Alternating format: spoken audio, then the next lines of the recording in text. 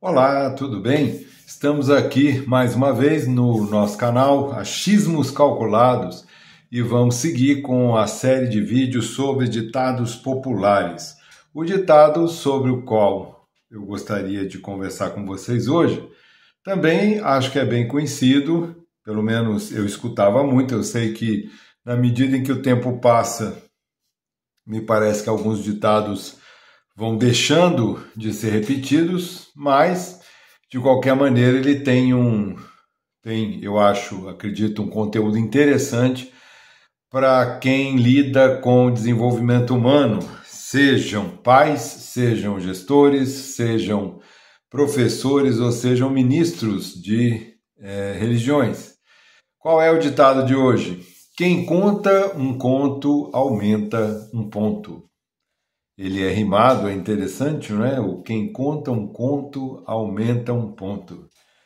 Qual é a perspectiva sobre a qual a gente gostaria de conversar usando as ideias contidas nesse ditado?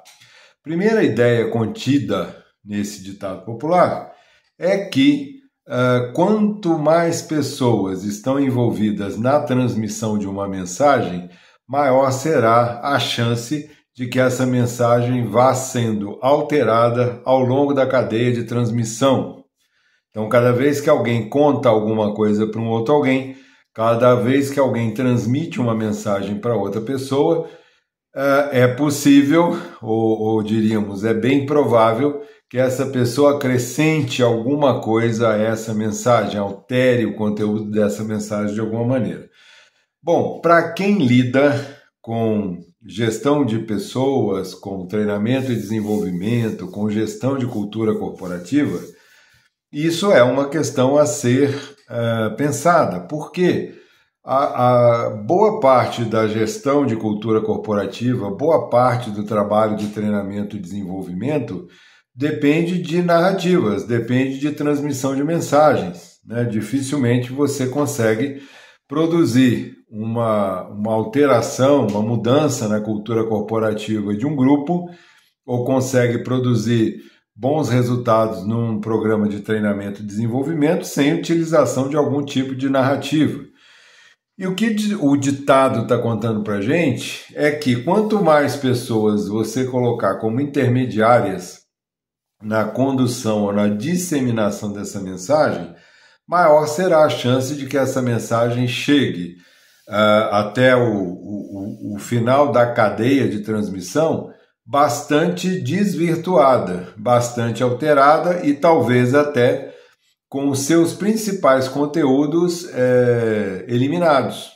E aí, aquele efeito que você esperava, né, da disseminação dessa narrativa, da disseminação dessa mensagem, ele não aparece simplesmente porque, da forma que a mensagem chegou ao fim da escala de transmissão, ela se tornou inócua, ou seja, ela não produz mais os efeitos esperados. Então, a primeira lição, que é a lição talvez mais explícita desse ditado, é o seguinte: se você puder, não utilize, né, intermediários na transmissão das suas mensagens.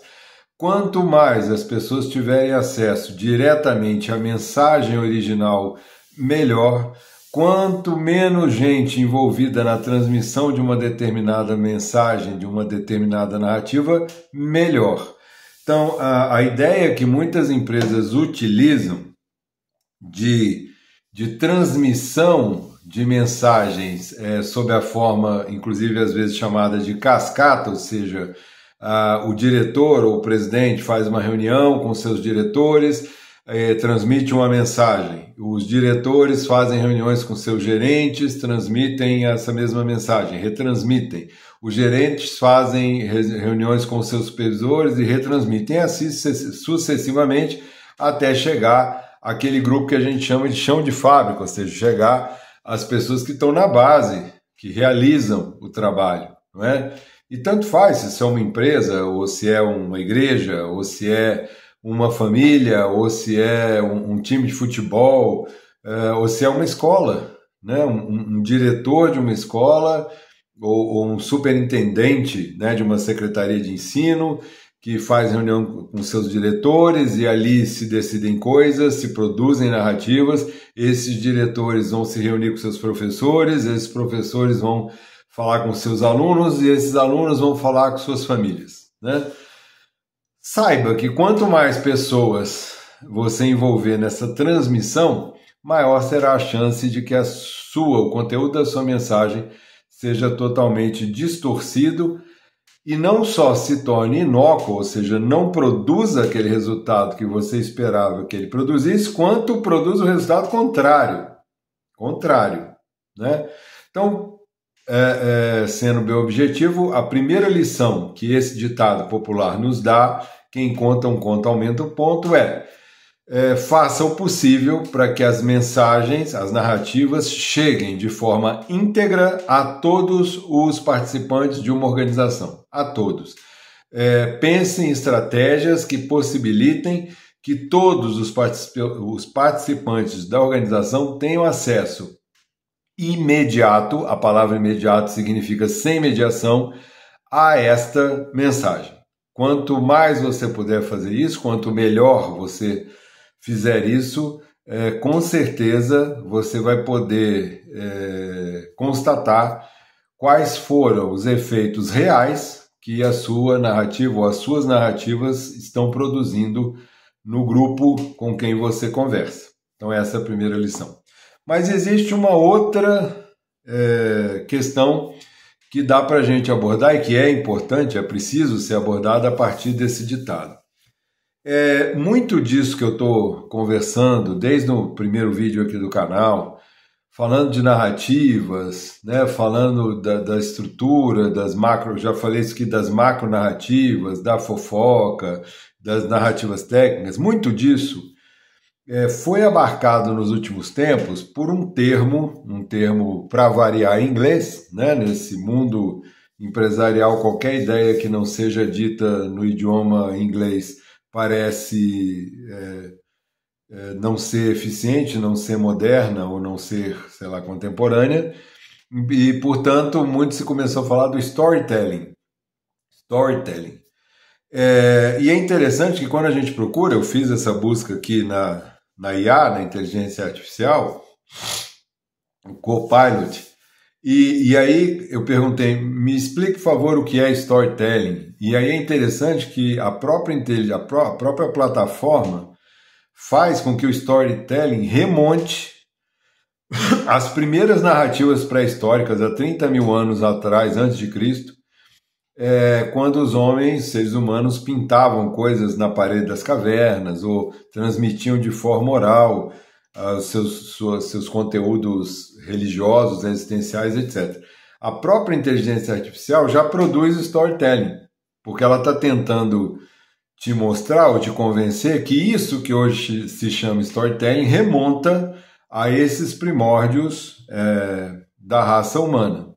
E isso é uma das coisas típicas das narrativas, né? Narrativas que funcionam têm que ser sempre, de alguma maneira, conectadas em narrativas antigas, em narrativas grandes, que eu chamei aqui de macronarrativas, abaixo das quais todas as instituições humanas sobrevivem. Toda vez que você consegue conectar a narrativa que você está produzindo agora a narrativas de um tempo primordial, etc., as suas narrativas ganham força. Bom, aí, enfim, ele vai falar que o storytelling começa aí, só que ele vai dizer que a partir do século XX, publicitários e contadores de história passaram a usar storytelling para definir a arte de estruturar narrativas com personagens, conflitos e desfechos, fortalecendo a identidade de marcas, né? Então, eu queria chamar a sua atenção para o fato de que o storytelling, da maneira que é colocado aqui, nos fala de uma técnica ou de técnicas, né? Os profissionais que desenvolvem técnicas para produzir narrativas eficientes, porque são narrativas que são bem estruturadas, tem personagem, tem conflito, tem desfecho, como se o que produz o efeito da narrativa nas pessoas que escutam é a forma como ela foi montada. Não estou dizendo aqui que não seja isso. Claro que uma até linguisticamente, semanticamente, sintaticamente, um texto bem construído, que a filosofia antiga vai chamar de retórica, vai chamar essa habilidade de retórica e não de storytelling. Um texto bem construído ganha competência no seu objetivo de passar uma mensagem para alguém, de produzir entendimento em quem o recebe. Então, desde muitos séculos atrás, que a gente chamava isso de retórica, ou seja, a arte de construir bons argumentos, a arte de apresentar bem seus argumentos, né? O que eu quero chamar a atenção é que a técnica de montagem de texto e contexto é fundamental. Contudo, há algo que eu diria que é mais fundamental ainda, né, na minha forma de ver, e que é a questão da legitimidade, né?